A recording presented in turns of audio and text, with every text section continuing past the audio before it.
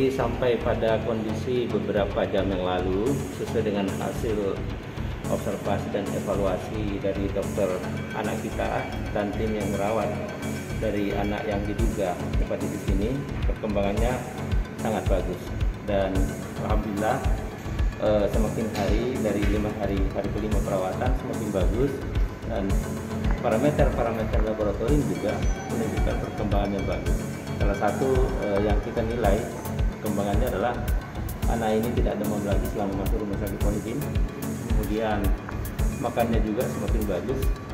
Terus parameter enzim hati yang menjadi petanda yang baik untuk mengatakan seseorang menderita hepatitis juga didapatkan penurunan yang signifikan, dan tadinya ribuan, di atas 1000, sekarang alhamdulillah di bawah 500. Nah, ini seiring dengan perkembangan parameter laboratorium, klinisnya juga semakin baik. Beberapa treatment memang yang telah diberikan oleh tim yang telah dibentuk, dan dokter anak yang menangani langsung memang memberikan perkembangan, tapi treatment secara spesifik memang seperti orang yang menderita hepatitis biasa, ya.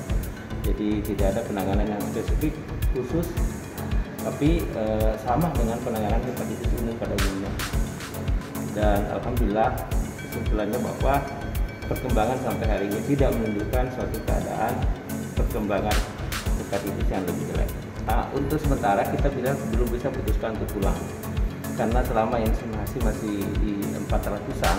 Yang kedua, parameter laboratorium ada satu yang kita minta konfirmasi, karena pasien ini sebenarnya sampai hari ini kita tidak menemukan adanya virus hepatitis yang biasa menginfeksi pada anak-anak maupun orang dewasa sampai pada hari ini. Ya, hepatitis A tidak ada bukti, kemudian hepatitis B tidak ada bukti, C juga tidak ada bukti. Nah, standar dari situ tidak ada kita buktikan.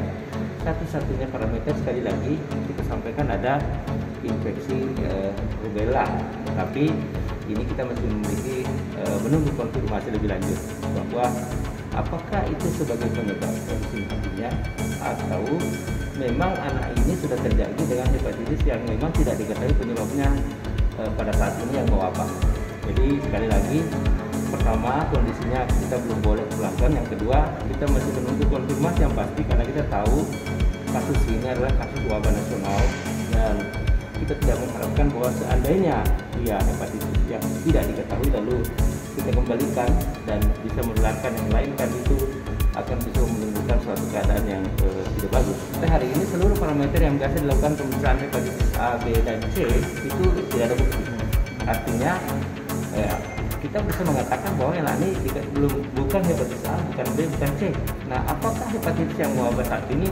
Itu yang kita akan konfirmasi, karena ada infeksi rubella yang kemudian saya tadi harus tambahkan sedikit bahwa pada pasien ini ada tanda suatu infeksi di saluran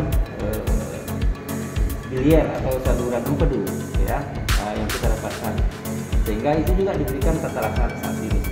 Apakah infeksi itu juga bisa menimbulkan enzim hati setinggi itu memungkinkan kalau dia sepsis.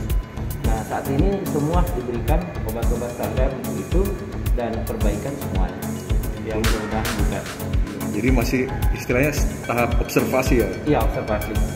Ada dua hal yang membuat kita observasi ketat, dan itu tidak terjadi pada pasien. Yang pertama, kesadaran menurun, pasien ini sadar terus dari awal. Yang kedua, faal koagulasi, fungsi hati terhadap faktor pembekuan darah pada pasien ini sudah 3 kali kita periksa dalam batas normal dari awal sampai ke laboratorium pasien kesehatan yang lebih mungkin lebih lengkap dibandingkan kita yang ada di sini, termasuk konfirmasi rubella dan sampai untuk konfirmasi bisa lanjut juga, ya. Apakah mungkin ada pemeriksaan hepatitis A atau hepatitis delta, ya, kita juga sudah lakukan, tapi standar untuk mengatakan memang cukup A, B, dan C kalau di tingkat seperti ini. Kalau labnya sendiri, Dok, apakah di sini atau di Jakarta? Lab kita di sini sudah ada cukup. Nah, hanya untuk mengklarifikasi